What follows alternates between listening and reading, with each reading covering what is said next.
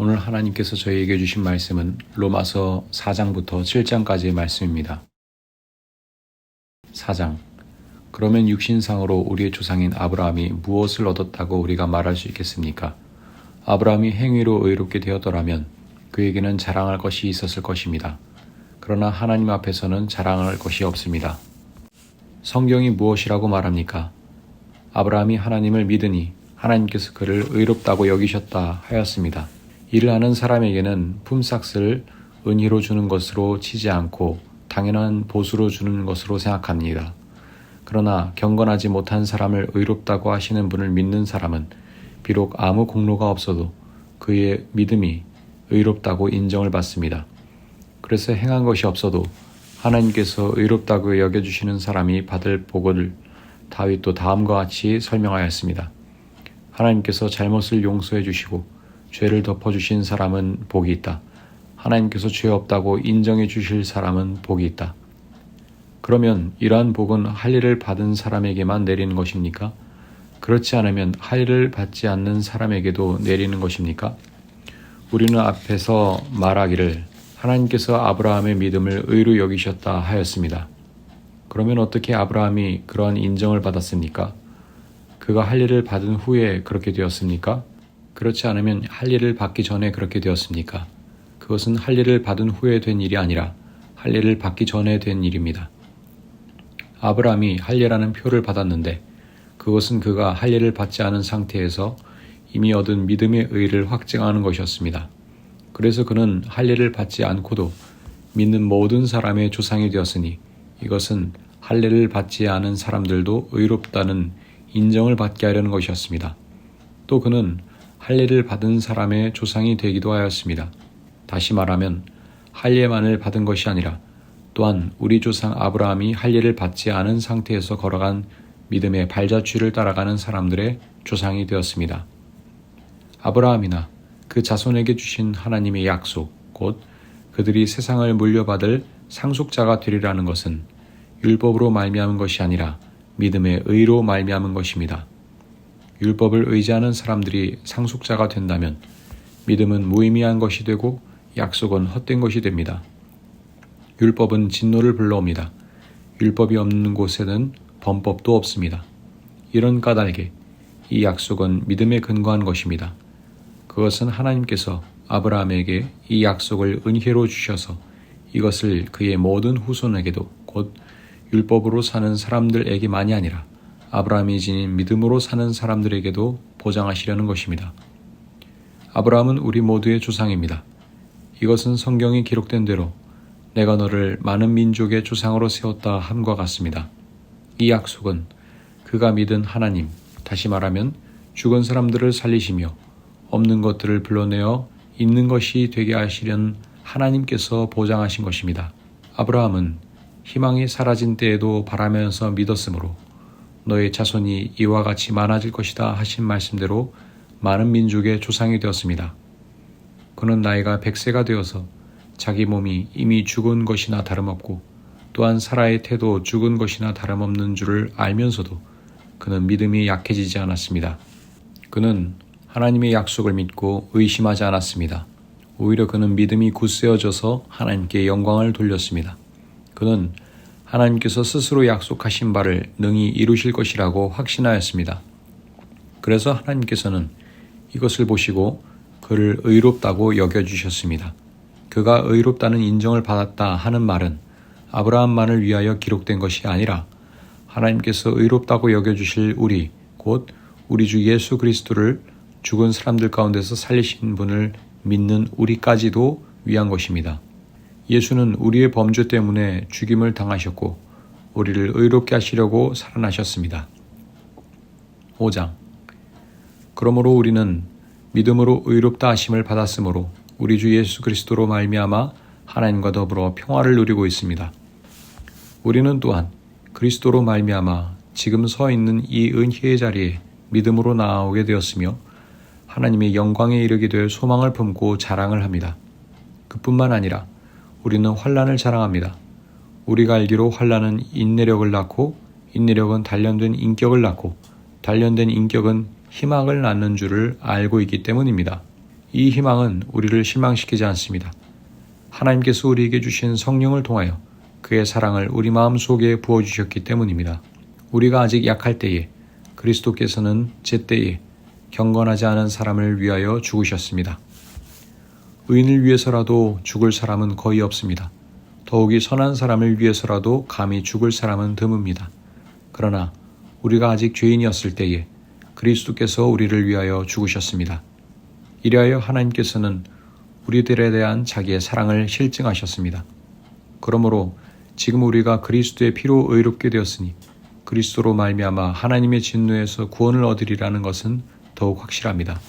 우리가 하나님의 원수일 때에도 하나님의 아들의 죽으심으로 말미암아 하나님과 화해하게 되었다면 화해한 우리가 하나님의 생명으로 구원을 얻으리라는 것은 더욱더 확실한 일입니다. 그뿐만 아니라 우리는 또한 우리 주 예수 그리스도로 말미암아 하나님을 자랑합니다. 우리는 지금 그로 말미암아 하나님과 화해를 하게 된 것입니다. 그러므로 한 사람으로 말미암아 죄가 세상에 들어왔고 또 그 죄로 말미암아 죽음이 들어온 것과 같이 모든 사람이 죄를 지었기 때문에 죽음이 모든 사람에게 이르게 되었습니다. 율법이 있기 전에도 죄가 세상에 있었으나 율법이 없을 때에는 죄가 죄로 여겨지지 않았습니다. 그러나 아담 시대로부터 모세 시대에 이르기까지 아담의 범죄와 같은 죄를 짓지 않은 사람들까지도 죽음의 지배를 받았습니다. 아담은 장차 오실 분의 모형이었습니다. 그러나 하나님께서 은혜를 베푸실 때에 생긴 일은 아담 한 사람이 범죄했을 때에 생긴 일과 같지 않습니다. 한 사람의 범죄로 많은 사람이 죽었으나 하나님의 은혜와 예수 그리스도 한 사람의 은혜로 말미암은 선물은 많은 사람에게 더욱더 넘쳐나게 되었습니다. 또한 하나님께서 주시는 선물은 한 사람의 범죄의 결과와 같지 않습니다. 한 범죄에서는 심판이 뒤따라와서 유죄 판결이 내려졌습니다마는 많은 범죄에서는 은혜가 뒤따라와서 무죄 선언이 내려졌습니다. 아담 한 사람의 범죄 때문에 그 한 사람으로 말미암아 죽음이 왕노릇하게 되었다면 넘치는 은혜와 의의 선물을 받는 사람들은 예수 그리스도로 한 분으로 말미암아 생명 안에서 왕노릇하게 되리라는 것은 더욱더 확실합니다. 그러니 한 사람의 범죄 행위 때문에 모든 사람이 유죄 판결을 받았는데 이제는 한 사람의 의로운 행위 때문에 모든 사람이 의롭다는 인정을 받아서 생명을 얻게 되었습니다. 한 사람이 순종하지 않음으로 말미암아 많은 사람이 죄인으로 판정을 받았는데 이제는 한 사람이 순종함으로 말미암아 많은 사람이 의인으로 판정을 받을 것입니다. 율법은 범죄를 증가시키려고 끼어들어온 것입니다.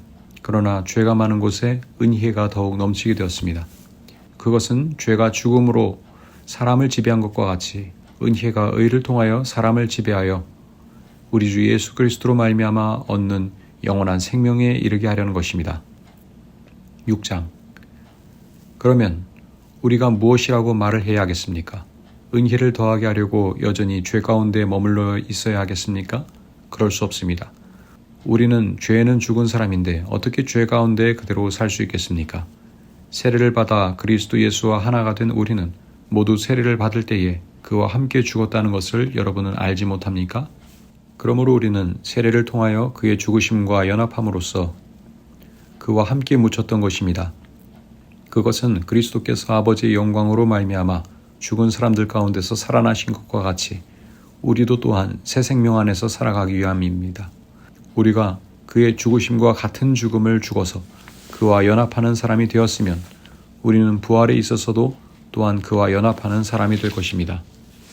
우리의 옛사람이 그리스도와 함께 십자가에 달려 죽은 것은 죄의 몸을 멸하여서 우리가 다시는 죄의 노예가 되지 않게 하려는 것임을 우리는 압니다. 죽은 사람은 이미 죄의 세력에서 해방되었습니다. 우리가 그리스도와 함께 죽었으면 그와 함께 우리도 또한 살아날 것임을 믿습니다.